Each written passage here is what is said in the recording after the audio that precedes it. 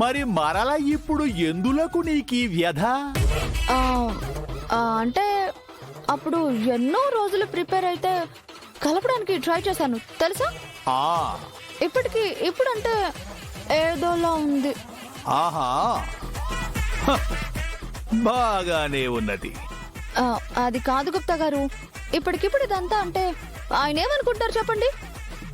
ఇబ్బంది పడరు, కొంచెం టైం ఇచ్చి మెల్లిగా ఒక్క మెట్టు ఎక్కించాలి. అంతేకాని ఇలా డైరెక్ట్ గా శోభనం అంటే పాపం ఆయన ఏమైపోతారు చెప్పండి. హ, హేచట మమ్మల్ని అడిగిన ఏమి తెలియను. మరి కాసేపట్లో నీ పతిదేవుడు వచ్చెదడు. అతగాడినే ఈ ప్రశ్న అడుగుము.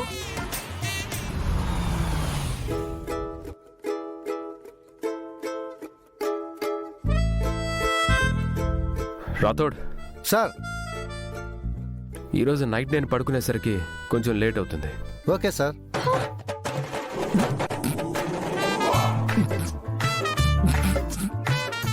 పొద్దున్నే కూడా ఎర్లీగా ఏం రాకు. ఒక 10 కల్లా ఆఫీస్కి వెళ్దాం. Okay sir.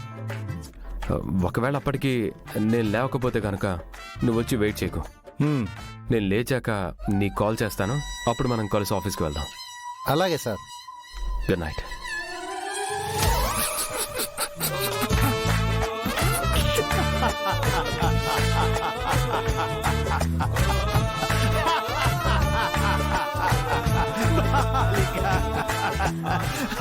తమరి ప్రశ్నకు సరి అయిన సమాధానము దొరికినట్లున్నది. ఆయన మీరు అనుకుంటున్నట్టు కాదు గుప్తా గారు. లేదు, అది మీరు విన్నారు కదా.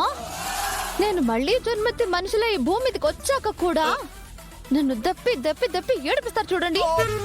అందుకు బాధగా ఉంది.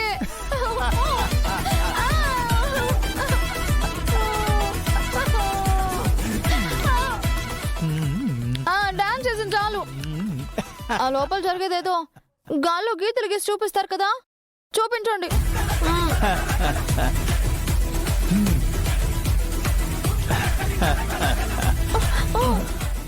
వీక్షింపుము ధూమ్ తత.